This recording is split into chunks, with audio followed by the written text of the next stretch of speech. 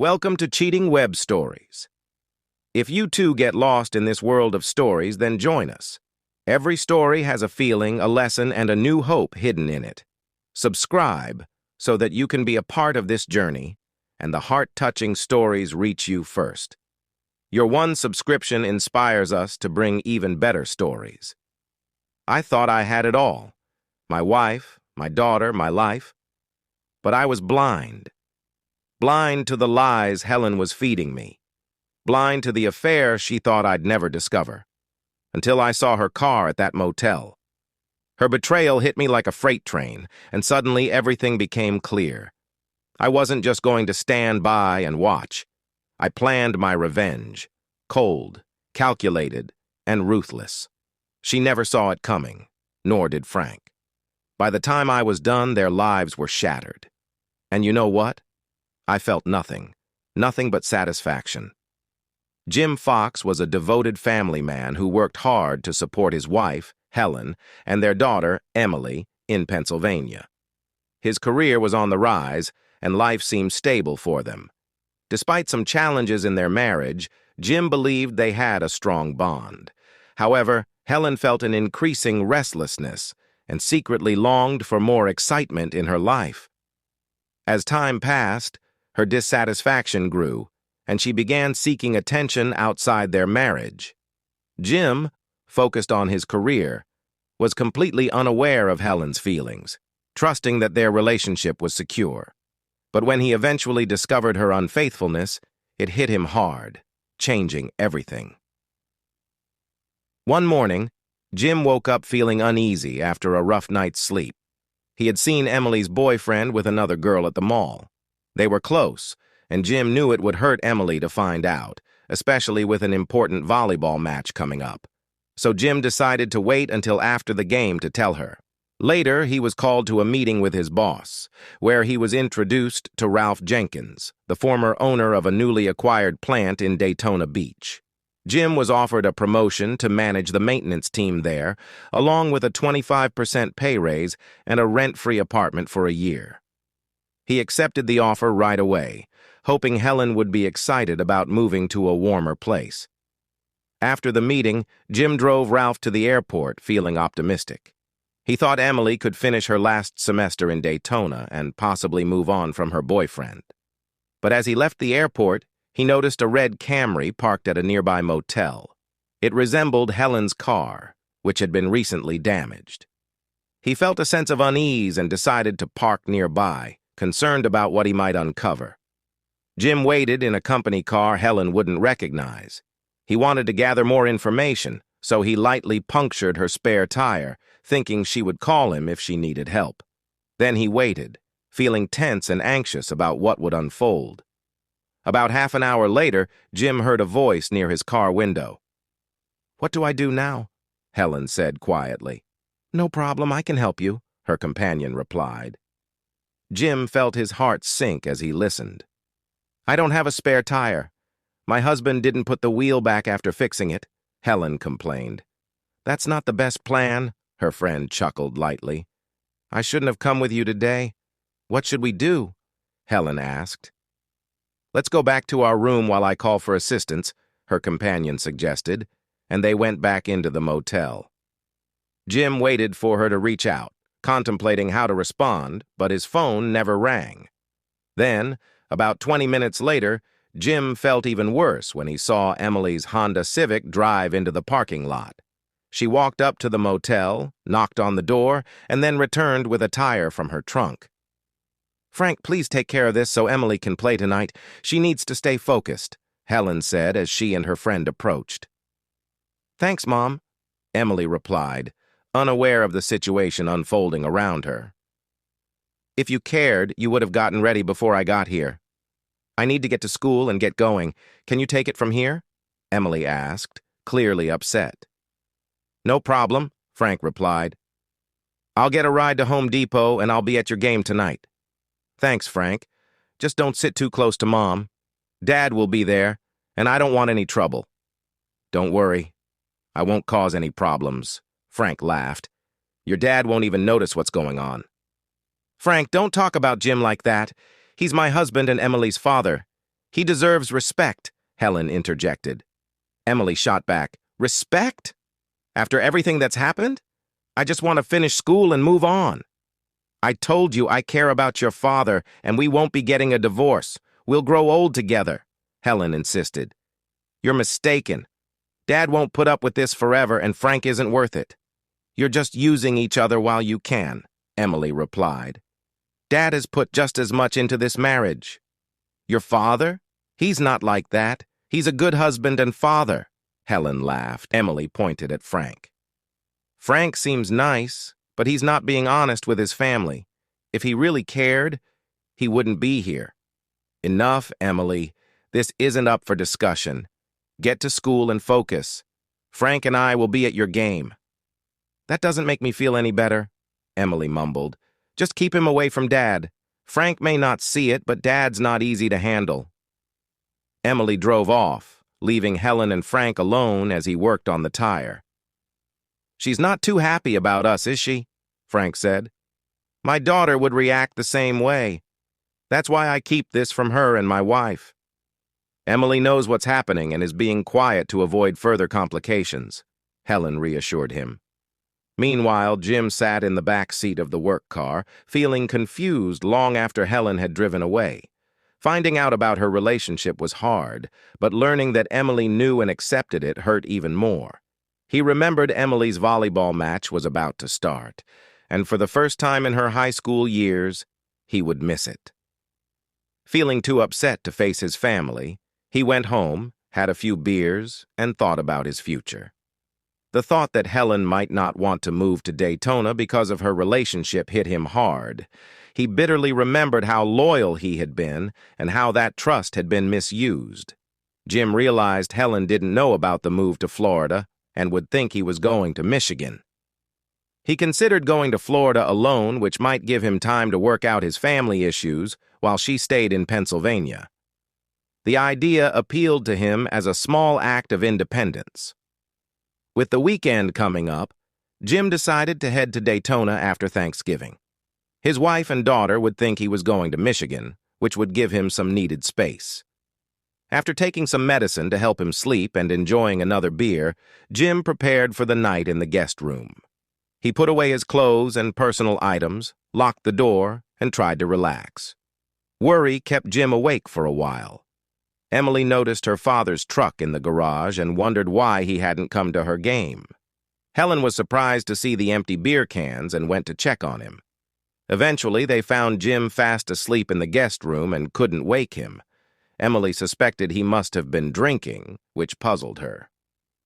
We'll ask him in the morning, Helen suggested, noting that he sometimes chose to sleep in another room to avoid feeling unwell. She advised Emily not to be too hard on him. Helen also mentioned that Frank thought Emily played well and might earn a scholarship, which frustrated Emily. I don't care what Frank thinks, Emily retorted. He's not someone I want to see again. Why can't you be happy for me? Helen replied. Frank makes me feel young. I'm worried about Dad. If he learns about Frank, it will hurt him, Emily said. That's why he can't find out, Helen responded. I give your father all the affection he needs. Frank just provides a different kind of companionship. Keep telling yourself that, Mom, Emily replied. But if you continue on this path, Dad will figure it out, even if I don't say anything. He won't suspect a thing if you keep quiet, Helen insisted. Your father trusts me completely. At 5 a.m., Jim quietly got up, dressed, and left the house. After eating breakfast at IHOP, his phone rang. Jim, are you okay? Helen asked, concerned. You missed Emily's match last night, and that's not like you. I just wanted to be a little unpredictable, Jim said before hanging up and turning off his phone. Jim spent the morning packing his tools and belongings into his truck, preparing to move. As the day went on, he felt more confident about starting anew in Florida. He knew he had to keep his plans under wraps until after Thanksgiving, so Helen and Emily would think he was heading somewhere colder. When Jim returned home, Helen confronted him about missing Emily's match and acting differently. 2 days ago, he might have felt guilty, but now he didn't mind her displeasure. He simply nodded and left the house to eat at a sports pub. To his surprise, he found he could still enjoy himself. After a few drinks and some pleasant conversation with the other patrons, he came back home around 11 p.m. to find Helen and Emily watching a movie. Helen made a pointed comment about his absence and asked for an apology. "Okay," Jim muttered as he gathered his clothes for the next day and headed to the guest room. As he left, Emily observed, "He doesn't seem to care that you're upset. It's as if he prefers sleeping in the guest room." "You don't know your father," Helen replied with a smile. "He won't last 2 nights before coming back," she said confidently. "Maybe," Emily said, sounding less sure. "But I hope he doesn't find out about Frank." "Stop saying his name," Helen insisted. "I want to keep this a secret." Emily just shook her head. "If he's not ready to be with you, maybe it's on you to help him grow up." Helen was surprised by her daughter's bold words. Emily had promised to keep Frank a secret to prevent her parents from splitting up, but her attitude was becoming more challenging. Helen found it hard to be a caring mother and partner, knowing her daughter knew about her secret. She also wondered why Jim had changed in the last few days. He was acting strangely, and she didn't want to endure it, but she believed he would come around. Jim woke up early again on Sunday. He had breakfast at IHOP and took a long walk in the park, enjoying the cool morning air of November. He liked being outside, knowing he would soon move to Florida and leave the cold behind. He got back home before noon with some drinks, turned on the TV, and settled in to watch the football game. Helen didn't talk to him for an hour before leaving the house in frustration. She came back around 6:30, and by 7, dinner was not ready. When Jim noticed this, he turned off the TV and decided to go out. He ended up at a local sports pub, enjoying some ribs while watching the game. The Eagles had won against the Giants, and Jim felt happy. He looked ahead to Thanksgiving when they would play against the Cowboys. "Dad has been acting odd lately, don't you think?" Emily asked her mother. "He usually watches the games. Did you two have a disagreement?" "We hardly spoke," Helen replied. "I told him he needed to be more considerate if he wanted to sleep in our bed again. I also said I wouldn't cook for him until his attitude changed. He'll miss my cooking and attention and come around soon." When Jim got home, the football game was already one-sided, so he left the bar early. He walked past Helen and Emily and headed straight to the guest room. Helen felt an unexpected tension. For the next 3 days, Jim stayed quiet, showing no sign of wanting to mend things. His stubbornness worried her. On Tuesday, Helen met Frank at the motel, but she had another flat tire. This made her think the flat tires weren't just bad luck, so she decided not to return to the motel again. Luckily, she had fixed the spare tire on Monday, and Frank helped her with it. Meanwhile, Jim spent Monday packing for his move. He arranged his clothes carefully, trying to make it seem like he hadn't packed a lot. He wondered if Helen would notice he didn't take any warm clothing. On Monday and Tuesday afternoons, Jim waited at Home Depot for his wife to finish work. After working, she usually went grocery shopping, so Jim parked at his favorite bar for dinner and Monday Night Football. "Is Dad coming home today?" Emily asked her mother. "Who knows?" Helen sighed.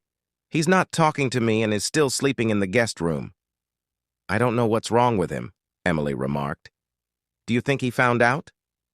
"I told him he couldn't stay over and that I wouldn't be cooking for him," Helen replied. "So why would he come home?" "Maybe you should forgive him and prepare a nice dinner tomorrow night." "I can't. I'm meeting Frank. You'll have to manage with leftovers. I'll be home later." Emily pointed out. "Frank's more considerate in this situation. At least Frank treats me well and doesn't overlook me." Helen responded, "But does he help with the chores or contribute to the bills?" "Of course not," Helen snapped. "Frank just enjoys spending time with you," Emily retorted. "Dad handles everything, and you think Frank is the best because he flatters you. You expect so much from Dad, yet you give Frank what he doesn't deserve. That's not fair." Angrily, Helen replied, "I'm your mother. Show some respect." "Dad wants your respect too, but he's not earning it," Emily argued. "Respect has to be earned, not just asked for." That evening, Emily stopped Jim as he walked through the living room. "Our big game is tomorrow at 4. Can you come?" "I'll see what I can do," Jim said before heading upstairs.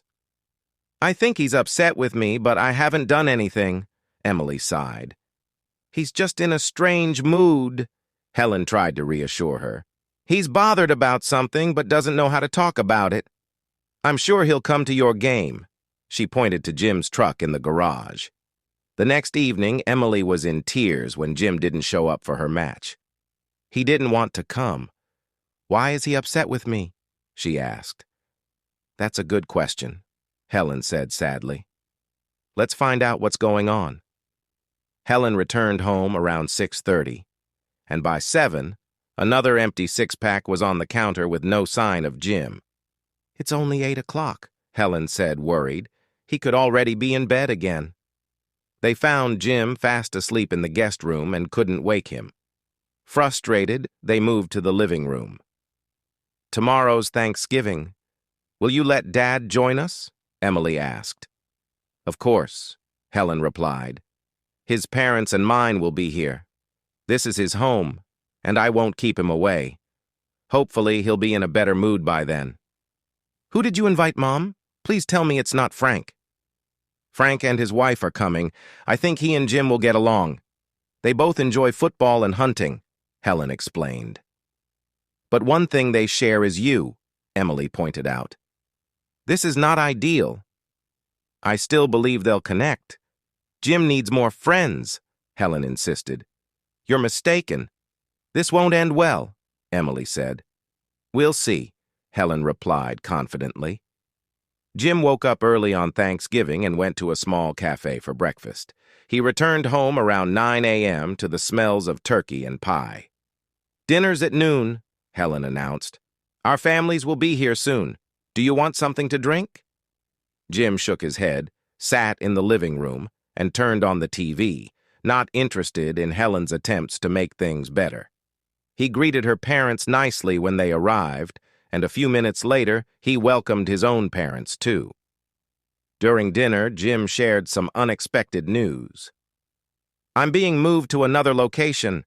I leave tomorrow, and this could last until spring or even longer." Helen was taken aback. Why hadn't he told her sooner? She didn't want to move to Michigan, and this might explain his recent mood. "That's surprising," Helen's mother remarked. "Will you take Helen with you?" "I'll go alone," Jim said. "It wouldn't be fair to make Emily change schools or for Helen to leave her job. I can manage on my own for a while." The grandparents began discussing Michigan's weather as Helen and Emily exchanged worried looks. After dinner, Jim, his father, and Helen's father sat down to watch the Eagles game, thinking Jim was upset about leaving his family. They were feeling let down by the team's poor performance and were only half watching the pre-game show for the next game when the doorbell rang. Jim didn't pay much attention until Helen introduced a couple in the hallway. "This is Nancy and her husband, Frank," she said, naming everyone in the room. With Jim last, Frank, smiling, walked up to him in his Dallas Cowboy sweater. "Hello, Jimmy. I've heard a lot about you," Frank said, shaking his hand. Jim, who had been holding in a lot of feelings, unexpectedly snapped.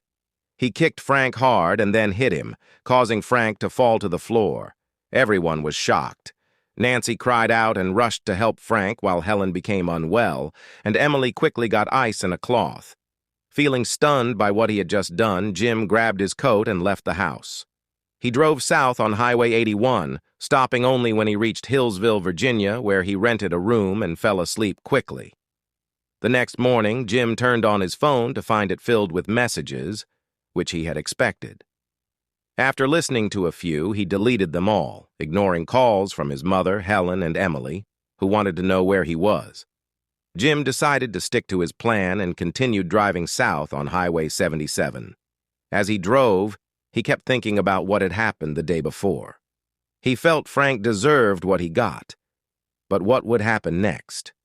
Would he face arrest, lose his job before he reached Daytona, or have problems at home? Realizing he needed to understand the situation better, he decided to keep his phone on but wouldn't answer any calls, checking his messages after a caller hung up. Helen reached out again within 30 minutes. After waiting a moment, Jim read her text. "Jim, call me. I know the transfer has upset you, but you need to get it together. Frank needs surgery, but he won't press charges. Please call me." Jim drove all day and arrived at his new apartment by 5 p.m. He took the key from a safe outside, unpacked, parked his truck in the garage, and went to bed by 7 p.m., ready for his new job with 2 days off ahead. Jim noticed a few issues with the apartment and planned to address them on Saturday. He was concerned that Helen might find out about the new job and try to get involved, so he decided to call her on Saturday morning. "Hello?" "Hi, Helen. It's Jim." "Where have you been?" "We called all night, but your phone was off. Are you okay? Frank had an incident because of a disagreement over a football team. What were you thinking?" Jim hung up, turned off his phone, and wrote down a list of things he needed to buy. An hour later, he returned with a new door lock, an air filter, some cleaning supplies, and a pack of drinks. At noon, he called Emily. "Hi, Dad. I'm glad you called. After the situation with Frank, he had to go to the hospital and everyone was worried about you. Mom thought there might be trouble. I had to help out while Mom took Nancy to the hospital. Did anything else happen?" "No, it's been quiet," Jim replied. "But there's one more thing. Mom's upset. Did you hang up on her again?" "Yeah, I could tell," admitted Jim. "I called to let you know I got a new job starting Monday in case the police ask where I am." "Don't worry," Emily said. "Frank didn't press any charges, though I think his wife wanted him to. The police aren't looking for you. But why are you being secretive about your job change? Is that why you've been acting differently?" "The job change made me rethink some things. I realized I need to value myself to earn others' respect. I've lost my way for a while, but I'm getting back on track." "Are you okay, Dad? Is there anything wrong?" Emily asked, concerned. "Not really. You and your mom have an idea of what's going on," Jim said sadly. "Just tell her I'm fine and not to worry." "Okay, Dad. I'll call you sometimes. Will you answer?" Jim felt frustrated with himself. He loved Emily, but her attitude upset him. He didn't want to lose her, even though he felt hurt. "If you call while I'm working, I'll answer." He paused. "What about Mom? Can she call?" "If she just wants to tell me off, she shouldn't bother," Jim replied quickly. "But if there's a family issue, she should reach out. That's fair, right?" "I'll let her know. Good luck with the new job and stay warm. Is it cold there now?" "It's better than I thought. Don't worry, I'm fine. Goodbye." As soon as Emily hung up, Helen started asking questions. What did he say? Did he apologize? Is he scared to come home? What did he say about me? "He doesn't seem scared at all," Emily replied. "He said no one would respect him unless he respected himself. That's why he distanced himself from Frank and keeps ending calls." "If I want to talk to him, I need to be more respectful," Helen said. "He's the one who started trouble at our home over a t-shirt and continues to hang up. Next time I talk to him, I'll express my thoughts," Helen vowed. "And that's why he's hanging up," Emily pointed out. "He won't listen if you're disrespectful. Frank is the only one who benefits from this unless you find more boyfriends," Emily shot back. "Why do you keep saying unkind things?" Helen asked. "Because you've been disrespectful," Emily replied. Frank chuckled at Dad, not just because the Cowboys won against the Eagles, but because he had been unkind to Dad. That would upset anyone. But Dad didn't know Frank was hinting. Helen shook her head. She knew Frank was being unreasonable, so she stood up to him. "You can't be rude in someone else's home. Any man would be upset, even if he didn't know his partner was not being honest," Helen stated. "I'm done discussing this. You live under my roof, and you will show me respect." On Wednesday evening, Jim was by the pool when his phone rang. He saw it was Helen but let it go to voicemail. Later, he checked the message. Jim, I know you're not answering my calls. Please call me back. We need to decide some things about the house, like who will clear the driveway, if we should sign a fuel oil delivery contract, and which company to use. Please call. Not hearing any anger, Jim decided to call Helen back. She had important questions, and he wanted to help. Thanks for calling, Jim, Helen said calmly. I'm worried about the things you usually take care of around the house. With the snow coming, what should I do? I'll make a list and email it to you, Jim promised. Good idea, Helen said. Are you coming home for Christmas? Mom and Dad invited us for dinner, and your parents want to see us on Christmas Eve. It's tough telling them you're not answering their calls. I don't know my schedule yet. If I can, I'll come home. You can tell them that. But they need to be kind if they want me to respond to every message. I get it. Feels unfriendly. And I don't want that, Jim insisted. I'll let them know. But I'm not sure it will change anything. They weren't happy about how you treated Frank or that you left, Helen said carefully. So there's no point in me coming for Christmas, right? I'm not going there just to feel unwanted. If they want me there because they appreciate my presence, that's different, Jim said. You can still come home, Helen said, surprising Jim with her tears. Emily and I would love to see you. We'll try to be considerate. Do you miss being close with me? Jim didn't want to feel close to Helen anymore after what he had learned about Frank, but he responded gently, I've always valued the times we shared. They were meaningful. He didn't mention that he felt he was getting second best. I agree, Helen said, crying. You are the best partner, and I miss you. Please come home for Christmas.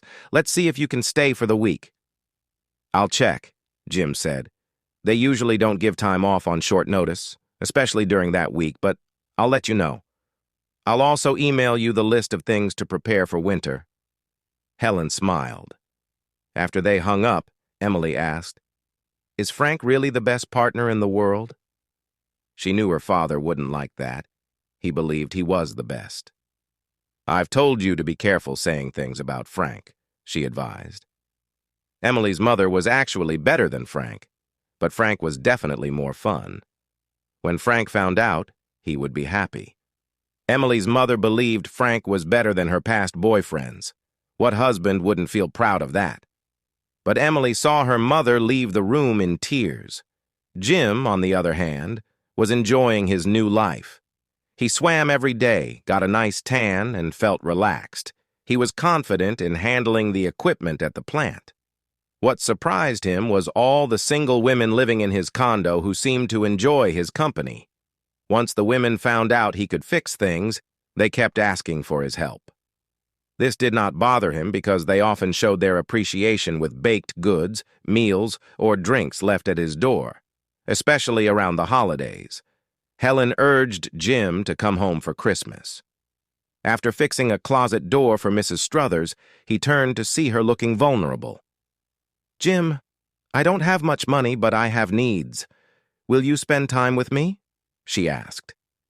Jim hesitated. He had never thought about being with anyone else since he had always been with his wife. Susan was attractive, but he needed to focus on his marriage first.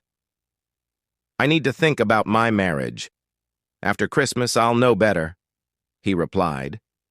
He had never been unfaithful, but things might change.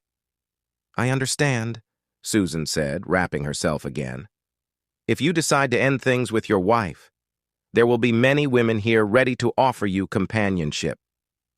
Jim called Helen to say he would try to be home for Christmas Eve. He was pleased to hear how happy she sounded. Realizing he missed both Helen and Emily, he decided to head north, planning to drive halfway on the first day, shop on the second, and get home just before Christmas Eve. When Jim arrived at his street at 9 a.m., he noticed several cars in his driveway.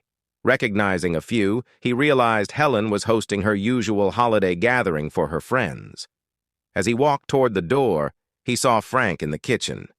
Anger bubbled up inside him, but he didn't want to ruin the holiday spirit. so he quietly entered through the basement to wait for Frank to leave. After resting on an old sofa, Jim woke up 2 hours later, hearing no noise from upstairs. He peeked out and saw only one car left. Curious, he went to the front door and spotted Helen and Frank in the kitchen. Frank leaned in, and Jim's anger flared up again. He fought the urge to confront them, knowing that wouldn't be wise. Instead, he planned to sneak upstairs, take some pictures, and then head to Florida. Jim entered the house, climbed the stairs quietly, and hid in the guest room. Turning off the lights, he waited. Eventually, Helen went to the master bedroom, and Jim heard the shower turn on. He assumed she was preparing for Frank. Jim turned off the hallway light and waited in the dark. He knew that Frank would be close enough to see when he reached the top of the stairs. When that moment came, Jim gave him a quick kick that sent Frank tumbling down. Frank landed at the bottom, not moving. The water was still running, and Helen hadn't noticed anything. As Jim's anger faded away, he started to worry. If Frank was really hurt, he could get into big trouble. Jim rushed down the stairs, stepped over Frank, and left the house. 2 hours later, he was already 100 miles away. He decided to keep driving until he found a cheap motel. Just before dawn, he paid with cash. After a short rest, he continued south, thinking about what had happened.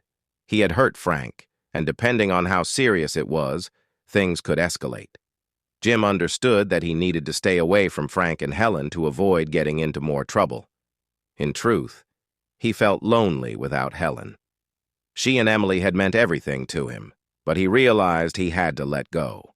Around noon, his phone rang, but when he saw it was his parents, he let it go to voicemail. He wasn't ready to explain why he missed Christmas Eve dinner or what had happened with Frank. A little later, he built up the courage to listen to the message. "Jim, it's your father. Call us when you get this. Something serious happened at your house, but Helen and Emily are fine." Jim called back right away. "What happened?" he asked when his father picked up. "Son, it's about Frank. He was at your house again last night. He fell down the stairs and is hurt badly. He has a broken jaw, arm, ribs, and another concussion. His wife found out he was with Helen and got there before the ambulance. There was quite a scene," Jim's father continued. "After Thanksgiving, we thought you might have overreacted. Now we see why you did what you did. Your mother and I are proud of you. You showed more self-control than I would have." Jim felt relieved and thanked his dad. "How's Emily? Was she home during all this?" "That's another matter. Emily had a serious talk with us this morning. She was at a friend's house but admitted she knew about Helen. She was trying to navigate the situation until school ended before telling you.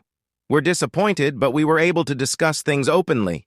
Thanks for helping Emily through this," Jim said. "Where are you staying?" his father asked. "You mentioned a transfer, but it seems extreme to move to Michigan in winter." "I got transferred to Daytona Beach. I received a promotion, a big raise, and I have a small apartment. I'm the maintenance supervisor now," Jim explained. "That's fantastic. Would it be okay if your mom and I visited in February? We'll be tired of winter by then." "Anytime, Dad. Just don't tell Helen where I am. I don't want to talk with her right now."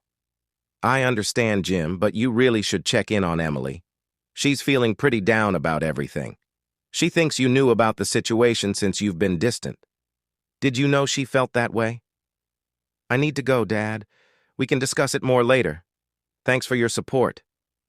"Love you both," Jim said before ending the call.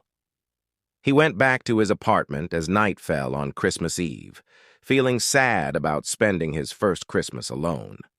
He turned on the TV, opened a beer, and sat on the couch, lost in thought. Suddenly, the doorbell rang. "I saw your light and came to wish you a Merry Christmas," Susan Struthers said. "It's not good to be alone on Christmas. Your being here tells me you haven't made up with your wife." "That's a fair guess," Jim replied. "Her boyfriend is going to sleep in my bed. I dislike crowds unless it's just a few women." "What about just one woman?" Susan asked, stepping a bit closer. I might make you move a little, but I think you won't mind. Jim thought about Susan's offer and decided he would like that. I should warn you, though, I haven't been with anyone in a long time, so I might not be very good at it. Otherwise, my wife wouldn't have turned elsewhere. I doubt you're the issue, Susan said. A kind and caring man like you is sure to be great. Do you have any protection? Jim was taken aback. No, I haven't used that in years. He realized he had a lot to learn about dating. Your partners will appreciate it if you do. It's a smart choice, Susan encouraged him. Jim had a nice Christmas Eve, and his feelings of anger toward Helen and Emily began to fade.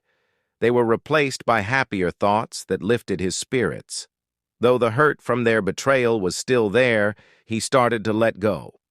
Susan helped him see that life could still be enjoyable. She left early on Christmas morning to avoid any talk, but they agreed to meet at the pool later that evening. They enjoyed a home-cooked meal and felt a growing connection. Jim returned home by 9 p.m., aware that others might have noticed his visits to Susan's place. A few minutes after he got home, his phone rang. Dad, you didn't come home for Christmas. I don't blame you. Mom's not doing well, and I feel bad too. I'm sorry for what happened. I knew it was wrong. But why did you two stay together until I finished school? Jim asked. That's in the past, he replied. But I won't pretend it didn't hurt when I found out. I never knew Mom was so unhappy, and I didn't expect you to keep it a secret.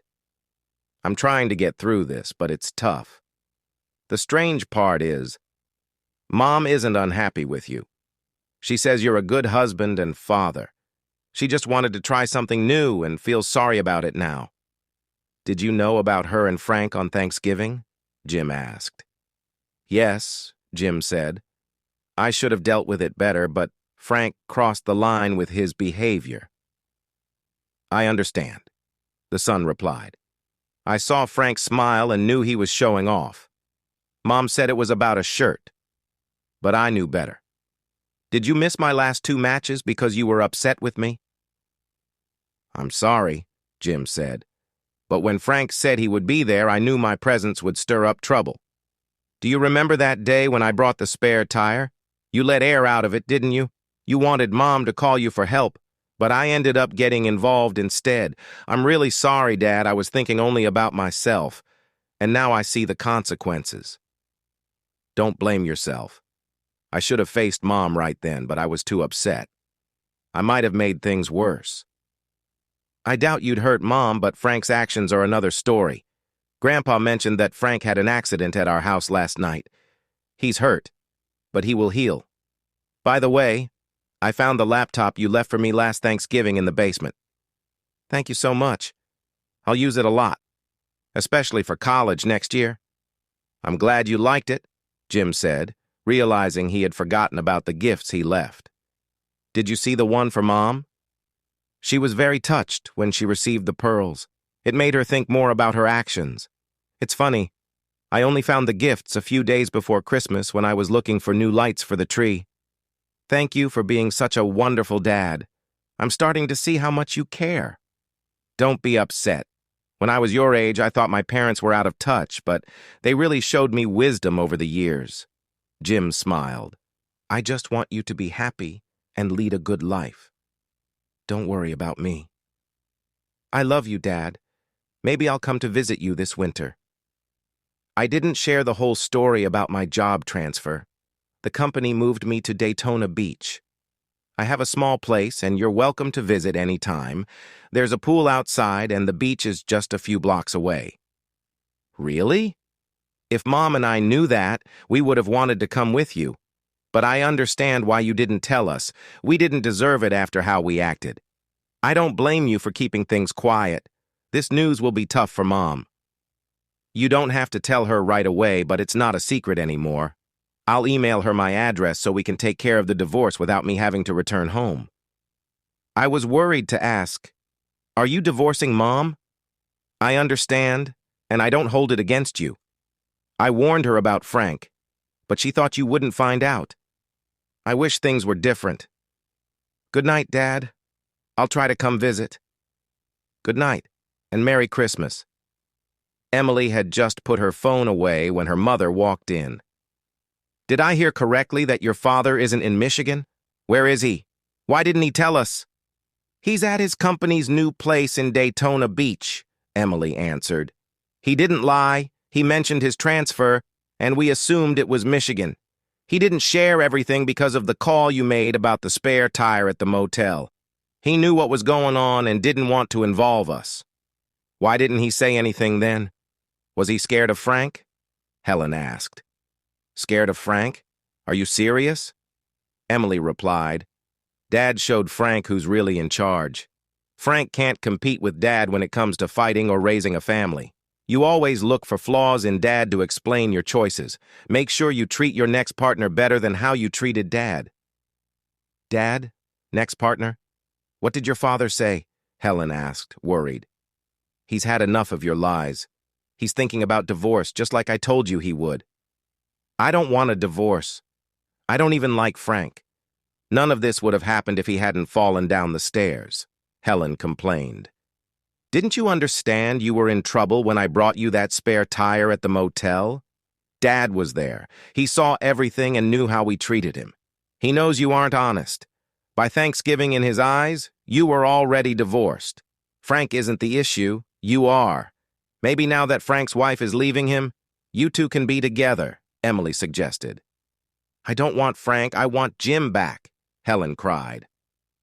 The next day got even worse for Helen. Emily called her father to share the latest news. Mom got a letter from the health department. Frank has an infection, and now Mom must get tested and tell everyone she's been with. You're on her list, and you'll get a letter soon. Wow, I should have seen this coming. I'll make an appointment today. Thanks for telling me right away. I appreciate you looking out for me. I was confused for a while, but I'm back on track. Take care, Dad. Jim quickly arranged for a checkup and was relieved that Susan had been careful enough to avoid spreading anything Helen might have passed on. On his way home, he bought a variety of protective items and placed them on his bedside table. He promised himself he would never risk spreading something preventable. As time went on, Jim got his test results and was happy to learn he was healthy. His free time was filled with requests from the women in his building to help with different tasks. He became more popular, and one evening Susan admitted she had told a couple of women about his skills. News spread, and Jim found himself regularly restocking his supplies. The women who visited appreciated his thoughtfulness, which only made him more well-liked. One afternoon, before Easter, Jim was surprised when Emily arrived with a small suitcase. Before he could say anything, she hugged him tightly. I'm so sorry, Dad. Please forgive me and let me stay for a few days. I can leave if you want. Jim, taken aback but glad to see her, said, You're always welcome here. Let me show you the room. You look so grown up. I told you I finally changed in all the right ways, Emily smiled. You look more like Mom now. Mom's been losing weight. I got a ride with some friends heading to Orlando, and they dropped me here. I knew you'd let me stay. It's spring break, and I'll only be here for 4 days before going back to the cold. I think this place is wonderful. I can see you enjoy living here. It's smaller than our home, but it has everything I need, including a warm pool right outside, Jim said as Emily looked around. Looks like you've got everything you want, she laughed, noticing some unexpected items in his bedroom. You deserve to be happy after everything, Dad, she continued. I won't get in your way. I'll just relax by the pool while you work. I haven't enjoyed the sun in ages. Tomorrow night we'll go out for dinner, Jim replied. There are some great places around here. Ribs, steak, seafood, you name it. I'll take you to a spot where my work friends hang out so they can see how lovely my daughter is. The next evening, Jim and Emily enjoyed a meal at the rib restaurant, having a great time together. Why did you forgive me, Dad? I don't know if I could have if I were in your shoes. Helping Mom with her choices was a big mistake. I feel awful about it, Jim said. But I'm so much happier with you around. In that way, I guess I'm selfish. It really makes me happy. Being close is something I want for my life, Jim expressed. I hope you're always glad I'm here, Emily replied sincerely. We used to be close, and it hurt when I realized I pushed you away. Do you think you'll ever forgive Mom? She isn't doing well without you. She's lost weight and hardly goes out. When rumors spread that Frank had something contagious, many people at her work were scared. It seems he got it from a new cashier, which affected quite a few. Your mom was the only manager involved, and that was tough for her. But your mother and I agreed to be partners. Partners should be open and trust one another, Jim admitted. But I don't trust her anymore. Emily understood, especially after seeing so many women talking to Jim at the pool. They were asking about you. I knew at least 4 seemed really interested. My dad owns a condo, Emily joked, smirking. Seriously, they think you're a kind, honest, attractive man. Jim modestly replied, I'm not sure about that. I just have some friends who visit now and then. I don't think they see me as anything special. It's more like I'm just around. Mom made a big mistake, Emily said. Can I come here after I finish school? I'd like to find a summer job nearby. Can I stay with you? I'd like to visit on weekends and holidays, too. It's too far to travel every day, and things are tough at home. Her choices hurt me more than I realized at the time. Jim gladly agreed. He felt so much happier spending time with his daughter. He enjoyed watching her grow up. They talked several times a week after she came back from spring break. She insisted he not attend her graduation, but he promised to come to Florida the next day. Sunday afternoon, Jim opened the door to greet Emily with a smile. When he saw Helen at his door, Jim was surprised. He felt frozen for what seemed like minutes. After about 10 or 15 seconds, he managed to relax a bit. Come on in, Helen. Can I get you a drink? He offered, trying to understand why she was there. Thanks, Jim, that would be great, Helen replied. Jim led her to the kitchen, poured 2 cups of iced tea, and sat down across from her at the table. I came to pick up Emily. She told me she's living with you. I've changed jobs and moved to Dayton. We need to figure out what to do with the house, Helen explained. You never filed for divorce, and we haven't talked, so I don't know what you want. Why did you decide to move here? Jim asked, surprised. What do you think will happen? Helen joked. I just want to stop freezing every winter while Emily's in college in Florida. Honestly, I have nothing to do there but chat. I'm not sure what Emily has told you, but your parents don't talk to me and mine aren't much better. I feel like I've let down a lot of people, especially you, she admitted. I can't ask you to forgive me since my actions were wrong. I need a fresh start where people won't judge me, and by the way, I'm glad I didn't pass anything on to you, she continued. I know I made mistakes. She remembered Frank, the person who had caused a lot of trouble. I realized it was all my fault. I messed up my life and tried to mess up yours too. If you hadn't found out, we wouldn't be sitting here like this. I regret what I did, and I'm not sure why I thought it was okay back then. She looked down. I even pulled Emily into this mess, and that's something I'll never forgive myself for. I almost ruined her relationship with her father because I was being selfish. I thought Frank was just a silly mistake, but I didn't listen to myself. I'm really grateful you accepted her back into your life. Your support means everything to her, she added. It meant a lot to me too, before I lost my way. Now that it's gone, I'd do anything to have it back. I think we should make a list of things to sell and share the money. I thought you had already filed for divorce. Isn't Frank single now? Jim asked, wanting to get clarity. That's what I've heard, but do I care about that guy? No, I really don't, Helen replied. I thought you already divorced me. I've given you enough reasons, Jim said.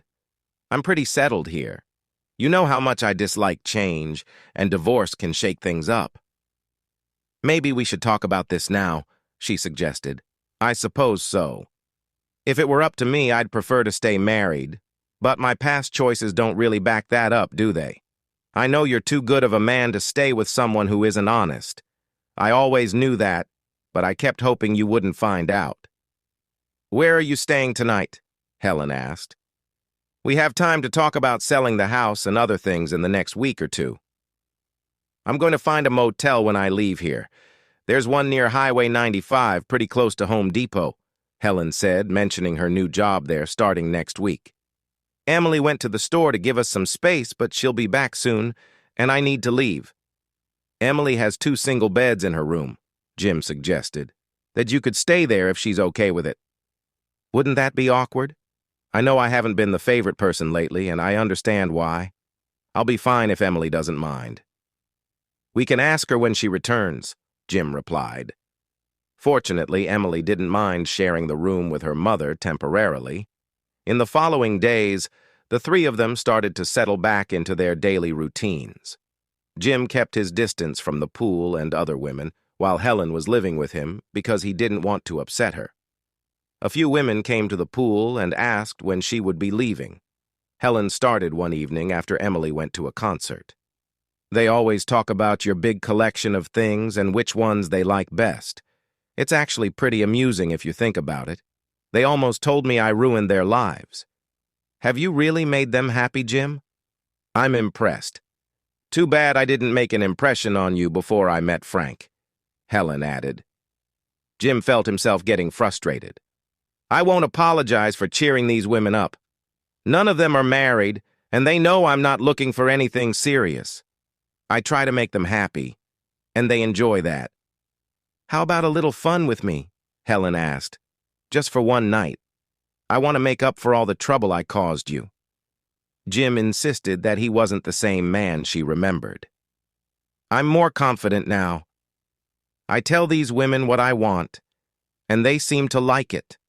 I never let them stay more than one night. So stay with me just for tonight. I can handle whatever you want. It will help me feel better about everything, and I'll do my best to make you feel good too, Helen promised. Jim thought about what she said for a few moments before making a choice. 10 minutes later, they were in his room together. Wow, Helen gasped, catching her breath. That was amazing. You've really grown, thanks, Jim. As Helen moved her things from Jim's room to Emily's, she heard Emily's voice. You two were quite loud. I'm glad you're finished so I can get some sleep. Helen spent the summer with Emily and Jim. She slept in Emily's second bed and visited Jim often. She often told Jim he was the only man she would ever be with Jim simply nodding in agreement. After the first night, Jim noticed that Helen often counted the items in the bowl. He realized she was trying to give him everything she had, hoping to keep him away from the other women in their building. Helen felt uneasy about that. Her work ended at 10 p.m., and Jim usually got home around 5 o'clock. At least twice a week, she would return to find clean sheets on his bed and a few items missing from the bowl. Since she had to leave for work at 2 p.m., she spent most of her mornings by the pool. The other women were not unkind to her. It was clear they all knew her marriage was struggling and that she had played a role in its troubles. Helen understood that when one of the women made a comment or asked a question, it was meant to be a hint. Helen, did you choose the new blue bedding for Jim's room? Susan Struthers asked one morning. It matches the curtains and carpet nicely, doesn't it? Yes, Monica said. And it's a very manly color. Jim is a very manly man, Helen replied. Jim, you shouldn't let these women tease you, Helen argued that night. I'll give you all the care you need. Am I not enough for you? Jim answered firmly. I won't see any of these women again. Then why are there 2 items missing from the bowl today? How does everyone know about your new bedding? Helen asked. Jim simply smiled and said, I really have no idea. Hey, listeners of Cheating Web Stories, if you enjoyed hearing this story and want to stay updated with our latest content, make sure to hit that subscribe button and turn on notifications. Trust me, you don't want to miss what's coming next. Thanks for tuning in, and we'll see you in the next exciting story.